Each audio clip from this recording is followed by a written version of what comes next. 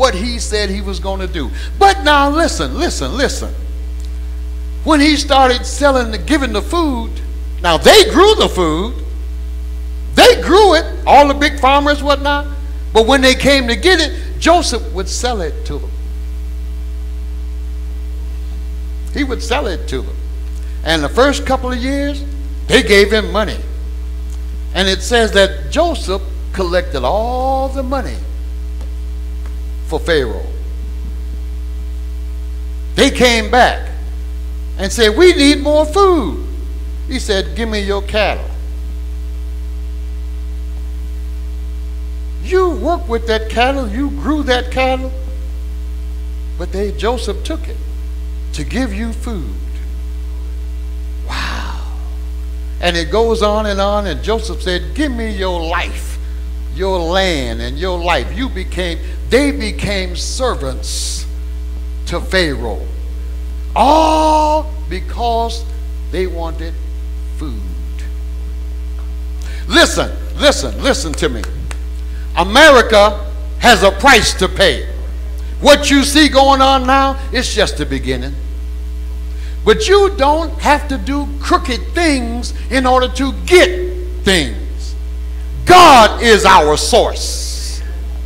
God is our source. God can make ways in the middle of mess. During the Depression, from what, 1930 till 45 or whatever it was, what they call the Corn Belt, Nebraska, Iowa, and all that, wouldn't nothing grow. But what little they could scrounge up, they gave it to people, what we call commodities. And I don't remember, we used to listen to our mother and father talk, and they say it was hard, but we made it. But a lot of folks that used to having stuff, a lot of them jumped out of buildings, jumped in the rivers, took their own life because they can't take being poor. But we used to being poor.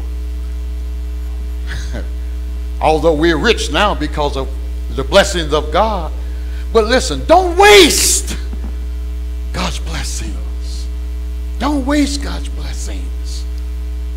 Because there's going to come a day America is going to have a need that America cannot supply. We have a price to pay for our arrogance. I'm not talking about you. I'm talking about America as a whole. A lot of stuff is happening in America that shouldn't. And people are going to have to start paying their dues. Last Sunday I went home and I turned on this program on TV, and they were talking about our history. Black folks down south said this man, he was a pastor of a church, and he used to go and preach at different, he was a white guy now, he used to preach at different black churches. But he himself, he was a standing member of the Ku Klux Klan. And I said, how in the world can you look at this and act so opposite?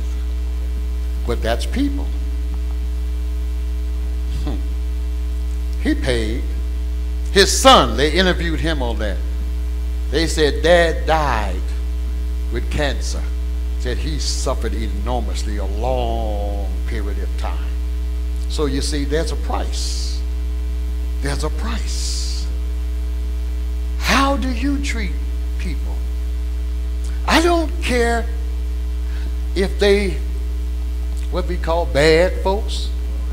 We're obligated to show love to people. We're obligated. So, just like Joseph walked in the favor of God, we have to walk in the favor of God. We have to walk circumspectly, the Bible calls it, so that when God brings us into a certain place, he says, I can use you now because of the record, what you did under these circumstances. So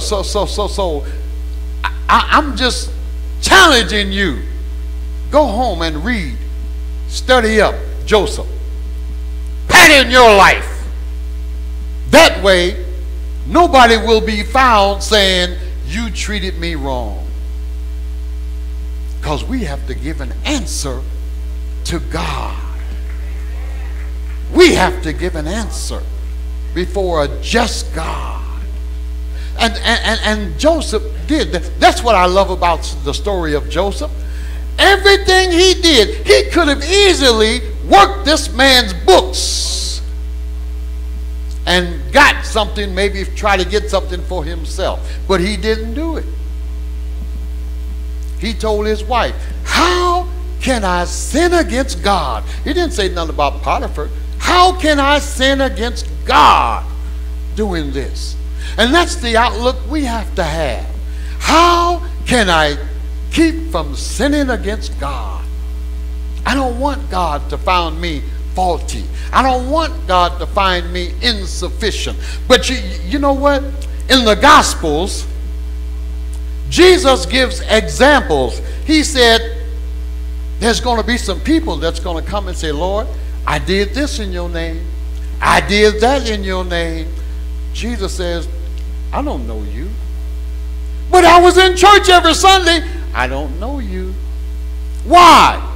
Your spirit did not change like I wanted you to change. You know what? We can put on, my mother used to say, we can put on airs. We can act. Some of us should have an Academy Award.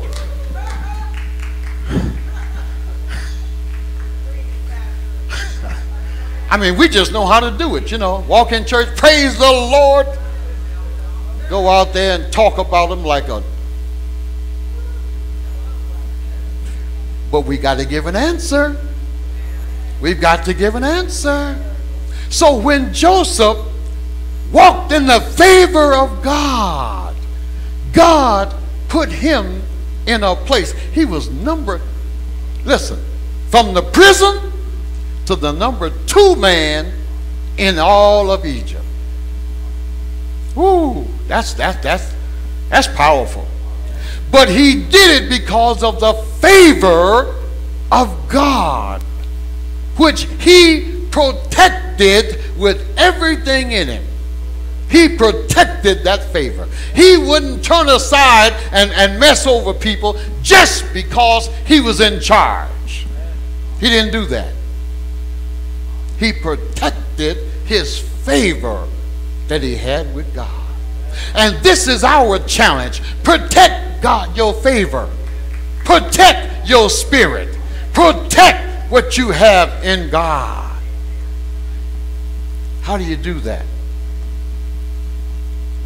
Go home, get some word in you, and walk in it. Go home, get some word in you, and walk in it. The only way you can do that, you got to have a prayer life. Because if you read the scriptures and you don't have what it takes,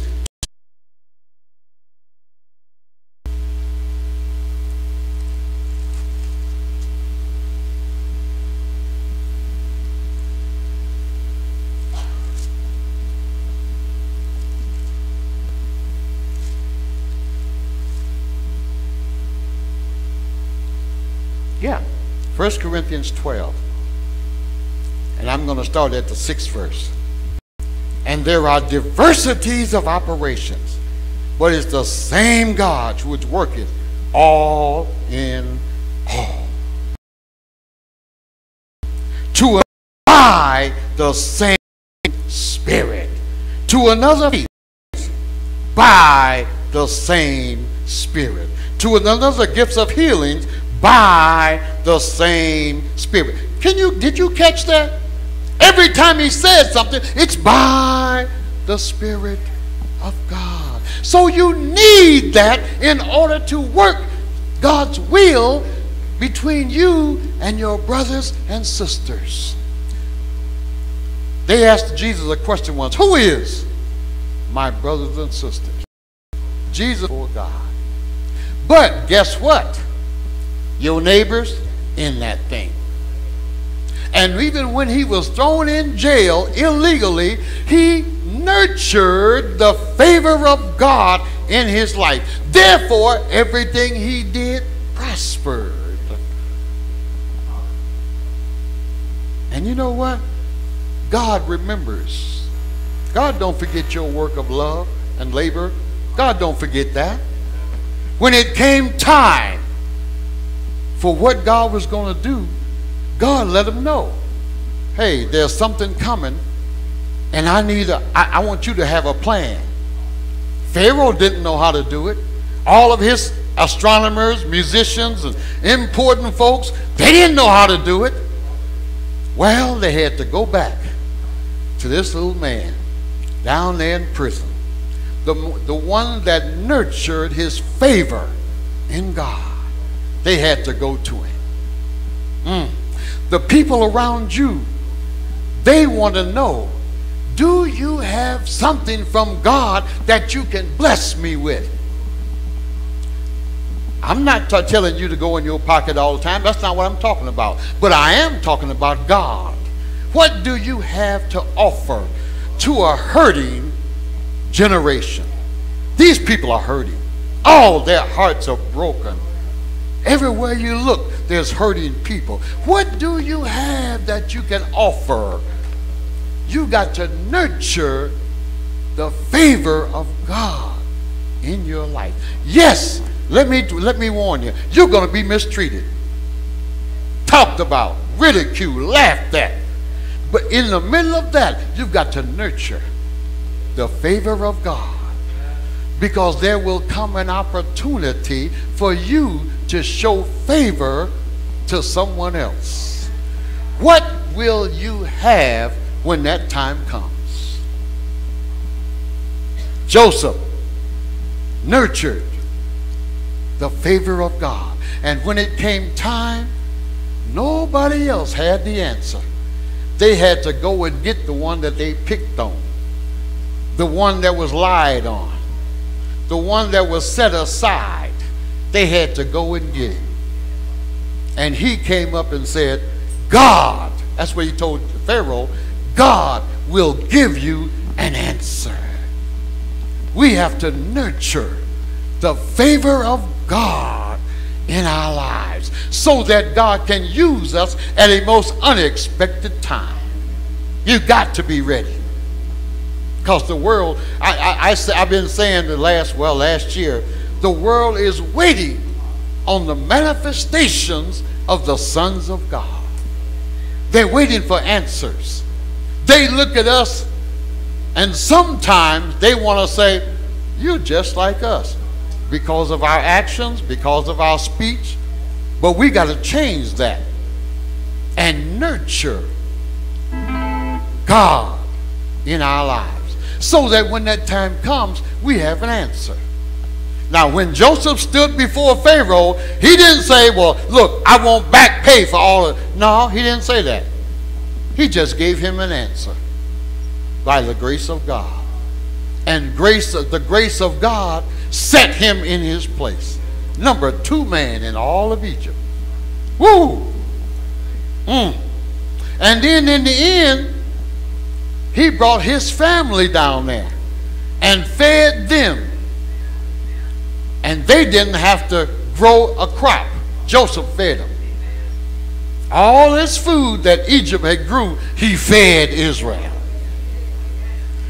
When your opportunity comes, when the door opens for you, what do you have to feed people? I pray that you understand something that I've said, because Joseph teaches us so many lessons. We've got to have the grace of God in our lives. And you don't maintain that grace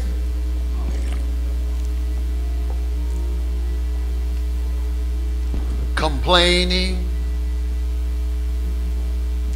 looking down at people, fault finding. You don't get God's grace like that. But God's grace says, I'm going to show love. I'm going to show kindness. Even if I don't get it back, I'm not looking for you to give me. I'm looking to God. I'm looking to God. My reward comes from God. Oh, I'm blessed in so many ways, but yet, Paul said it, there's a crown of life laid up, waiting for me. And you know what? I'm not going to let nobody take my crown.